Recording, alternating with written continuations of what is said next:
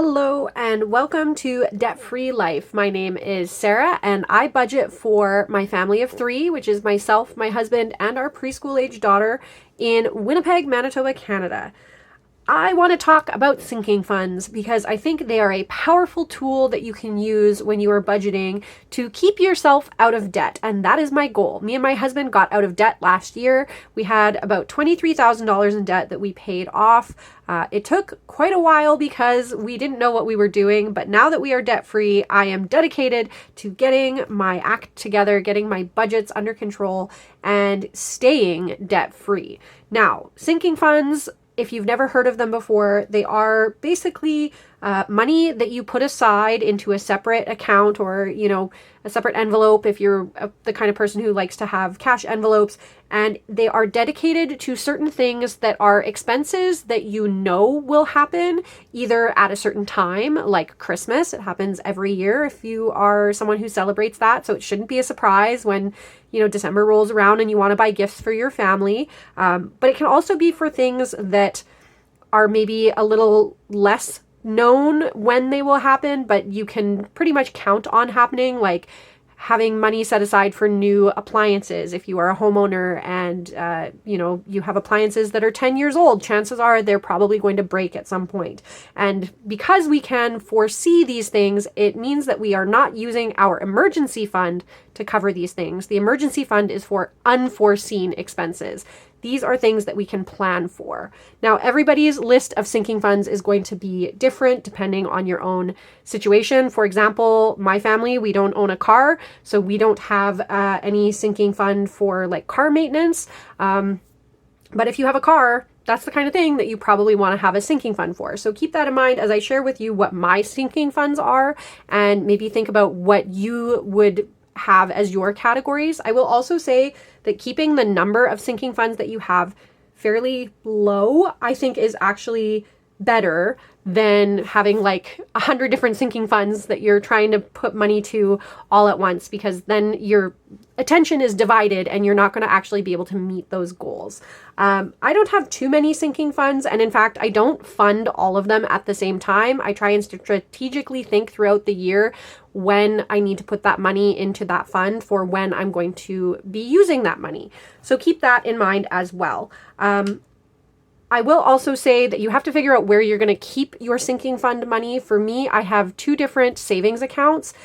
Basically, I divide my sinking funds into two categories. Things that are sort of long-term that I know are going to sit for a while go into a high interest saving account so that way I can make money off of my money. And usually these are things that are going to be sitting for about 12 months. I don't really have sinking funds for things that sit for more than 12 months, usually with the exception of you're going to see our vacation fund, which is going to take us a while to build up to the amount that we need. Then my other sinking funds, which are more of like what I consider revolving sinking funds that I'm taking money out of, every couple of months, those are in just a regular savings account. And so they're not making me money, but I don't need them to make me money because the idea is to have that money there so I don't blow my budget when I need to, buy new clothes for a job interview or host a big birthday party for my daughter. So that's how I think about my sinking funds. Honestly, this term sinking funds, I had never heard this before until I really got involved in the debt-free community. I always used to think of this as planned spending. And I actually think that that's maybe a better term because these are things you are planning for. You're just not spending the money right now. So it's another way just to think about it. So we're going to start today talking about my funds, my sinking funds that I have in my Smart Saver account that are things that are kind of sitting long term. Now the first one, and this is kind of listed in priority of what's most important to me to least important, to be honest. But this first one is what I call my RRSP repay. And I need to have $1,100 in this for this to be fully funded. Fully funded just means that's the point at which I stop putting money into it. Now, this is here because when me and my husband bought our house back in 2019, that's when it was. We borrowed money from our RRSPs through a program that we have here in Canada that'll allow first-time home buyers to do that. And so we have to pay back that money, but it's not like a loan in the sense of there's no interest, there's no negative effects on us for having borrowed that money.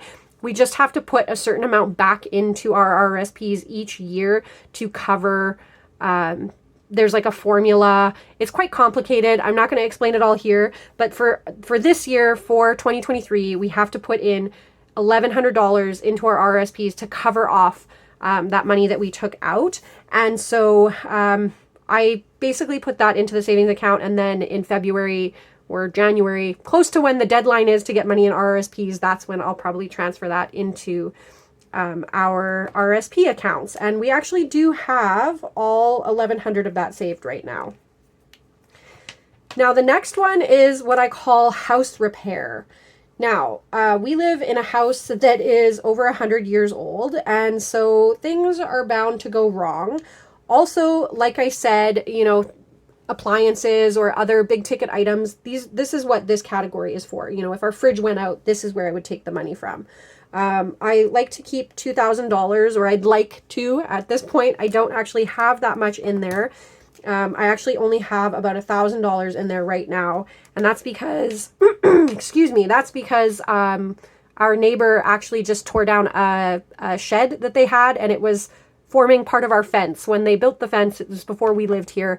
They didn't run it all the way because the shed was there. And so when the shed was torn down, there was a big hole in our fence where people could just walk into our backyard. And we had to urgently get a section of fence built, and it cost us about $1,000. So actually that number just came down in May. I had $2,000 in that category. So I need to think about putting some more money in that one soon. Now, the final one that is in kind of my longer term sinking funds is our Disney trip. So I talked about this in my first video. If you are interested in a whole video where I just do Disney budgeting, like for this trip, please let me know, because I did a whole budget to figure out that I would need $15,000 for the trip that me and my family want to take. We're not taking this trip until the end of 2024, so we have about 1.5 years to save for it. And that sounds like a lot of money. It is a lot of money. Disney is expensive. We are also going with my parents and my sister, and we would like to be able to help with some of the accommodations costs for those family members, just because financially we're in a better position than they are right now. The fact that we are debt free, it makes it so we can do this kind of thing. Right now I have $1,540 saved towards that Disney trip. I need about $385 per pay period to hit the $15,000 mark. I did some calculations. Again, if you're interested in a whole video on that, please let me know, because I would be completely happy to show you what my budgeting looks like for that trip. And obviously, like, I needed to do that to figure out if we could actually afford to go and when we could afford to go.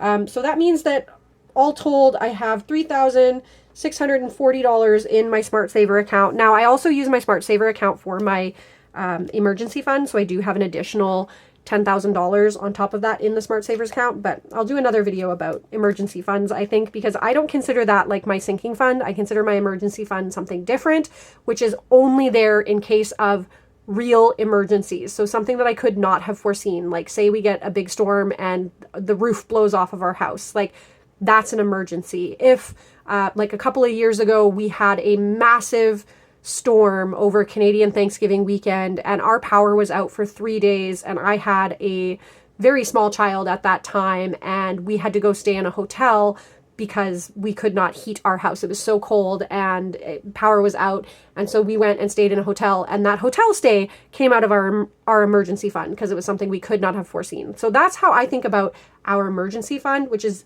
very different thinking than the sinking funds, which is why it's important, I think, to build up your emergency fund before you start putting a bunch of money into sinking funds, and try and kind of just cash flow as many things that you would maybe normally put in your sinking funds and just live on less when you're trying to build up your emergency fund. Because really having, $1,000 in a house repair budget, if you don't have an emergency fund, if you have an emergency, you're probably just going to have to borrow from your sinking fund anyway. So you might as well put that money into your emergency fund first. Now, the $10,000 number for me in my emergency fund is really just what makes me feel comfortable. It's about 3 months of a bare bones budget. Obviously, if you watched my first video where I showed our bi-weekly budget for the first 2 weeks of June, like we make much more than that per month, like not more than $10,000, but it wouldn't be 3 months worth of like income replacement, but we could absolutely cut down on our spending and live off of $10,000 for 3 months. And I would like to build up my emergency fund more, but right now we're kind of focusing now on some of these other things. And maybe that's not the right way to go about it. I don't know. Let me know in the comments down below how you feel about an emergency fund. Do you think 3 months is enough, or is 6 months really necessary? Now, getting into my sinking funds that I use more regularly, I have a couple that actually have money in them, and I am going to list out a couple that I don't currently have money in to just kind of give you an idea of the sorts of things that I think about when I am thinking about sinking funds. Again, like, don't go wild and have a sinking fund for every little thing, because you're going to fail if you try to divide yourself. Like if you're only able to put $10 into a sinking fund every month, for me, that just doesn't make sense. Whereas if you just focus on like 3 sinking funds and put all the money, you know, until you fill that sinking fund and then go on to a different one. And that's really how I think about it. So every year after, you know, these big ones that are kind of important and stay for a long time. Like I said, the RSP repay, that's like, it'll sit for a year. House repair just sits until we need it. And the Disney trip is going to sit there for 18 months. So those are my long-term ones. But throughout the year, I'm kind of thinking in terms of what needs are coming up. Now, my garden is kind of the first sinking fund that I try to fill every year after these ones. So I like to have $500 for my garden by June. So this is to buy plants, it's to buy soil, you know, tools for the garden if I need, whatever I might want for the garden. And I fill this one up from January until May, and then usually I start using it in May to buy plants and all of that other stuff that I just said. And usually it's empty by July 1st. And that's kind of the pattern we have so far this year. I've spent most of that money. I have $90 left in my garden fund. And so if I hit July 1st and I don't really need anything else for the garden, like that $90, I will probably flip it into one of my other sinking funds as opposed to just leaving it sitting there until next year, because that's like, you know, a whole year that it's just going to sit there and do nothing. I would rather, you know, shift it into something else and be useful. So just because you like lay out, you know, oh, I have this much in this sinking fund and this much in that sinking fund, you don't have to stick to that. You can shuffle money around. It's your money. Do what you want with it. You know, so long as it's fulfilling your goals, that's what's important. Now, the next category that I always save for is for my daughter's birthday, because she has a summer birthday. And this year I wanted to have a big birthday party for her, and so I set the goal of $500 in that fund, and I actually ended up with $600. Now, this number is not accurate for like today because I haven't done my accounting for the first 2 weeks of June, and we actually have had her party. So I have spent, I think, probably all of this on her party, and so that number will go down to 0. But that's the whole point of having the sinking fund, is having it saved until you need it, and not having to find $600 in the pay period that we have the birthday to try and, you know, make that work. That just, I wouldn't have been able to afford $600 in this pay period for her birthday. And so by having that money set aside, it makes it so that I don't have to stress when I'm going and, you know, spending $75 on a cake, or, you know, buying a bunch of bubbles or whatever it is, you know. So that one is the second one. Now, clothing and gifts, I try to keep this one up to date. Whenever I use it, I try to pay it back. So this is another $500 one that I like to keep. Now, when I wrote down the numbers for this, when I looked at my account, it had $400 in it for this. So I have used it in the last little while, but I also, this number is going to change because this past pay period, I went and had to do some shopping. I needed some clothes. My work is requiring me to come into the office quite a bit more. I have been working from home because of the pandemic, and that's changing now. So I needed clothing that was appropriate for an office setting. And so I had to spend some of this. So this number again is going to go down. And whereas the birthday fund, I will not be putting more money in again until next year, the clothing and gifts fund will have to be refilled, because when we hit the fall, my daughter is going to need fall clothes again because she is growing like a weed and needs clothing every new season, essentially, at least a few pieces. We don't go crazy on the clothing in my house. Honestly, I'm not super big on fashion.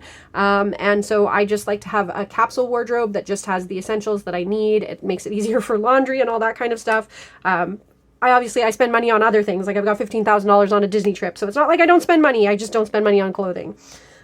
Gifts also, Father's Day is coming up. We'll probably need to take some money out of this for a Father's Day gift for my husband and my dad. And then, we have some birthdays in the fall for the family. So we need to think about making sure that that is topped up so that we can cover. Now, the other option too, though, is I can just cash flow Father's Day if I need to. If I need a $50 or something, I can probably find that in my monthly or bi-weekly budget.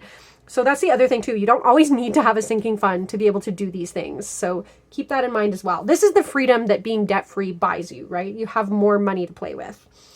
Now, the final one that I usually start thinking about once these funds are filled is Christmas.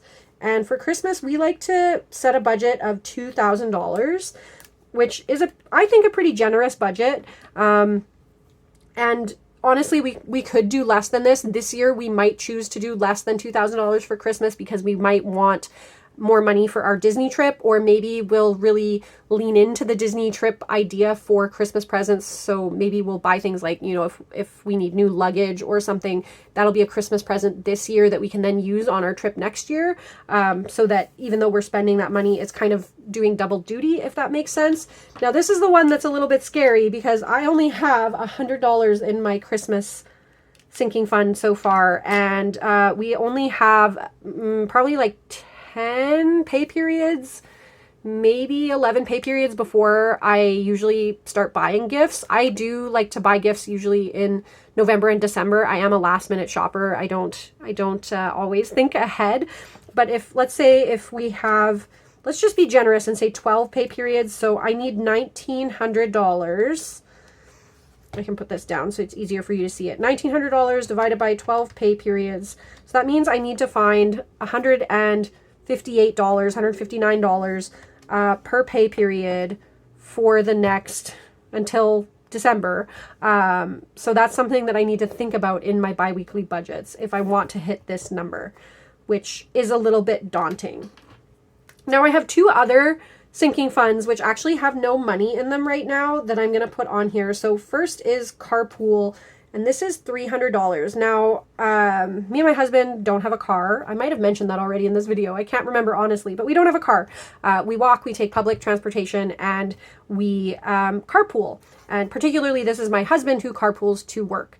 Now, the person who he rides with has said that we don't need to give them anything because we're on their way. So them picking up my husband doesn't add to their commute. It literally, it's like they would be passing us anyway on their way to work. So as a kind gesture, we have for the past couple of years given about $300 around Christmas time in, the Christmas card that we give them just as a thank you. Obviously $300, that works out to what, if it's 12 months, what's 300 divided by 12 is about $25 a month. I mean, that's a token of our appreciation, again, because they haven't asked for anything.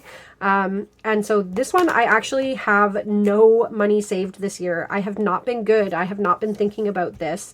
Definitely after we paid off our debt, we kind of were so tired of being so strict with our money that I think we went a little wild in the first half of this year, and our spending habits have gotten out of control, and my sinking funds I've not been thinking about as much as I should have been. The other sinking fund that I need to start thinking about, this is one where it comes and goes on my list of sinking funds, and this is, I'll just call it electronics, but really what this is for a new phone for me. So my husband got a new phone in February and wiped out our electronics sinking fund.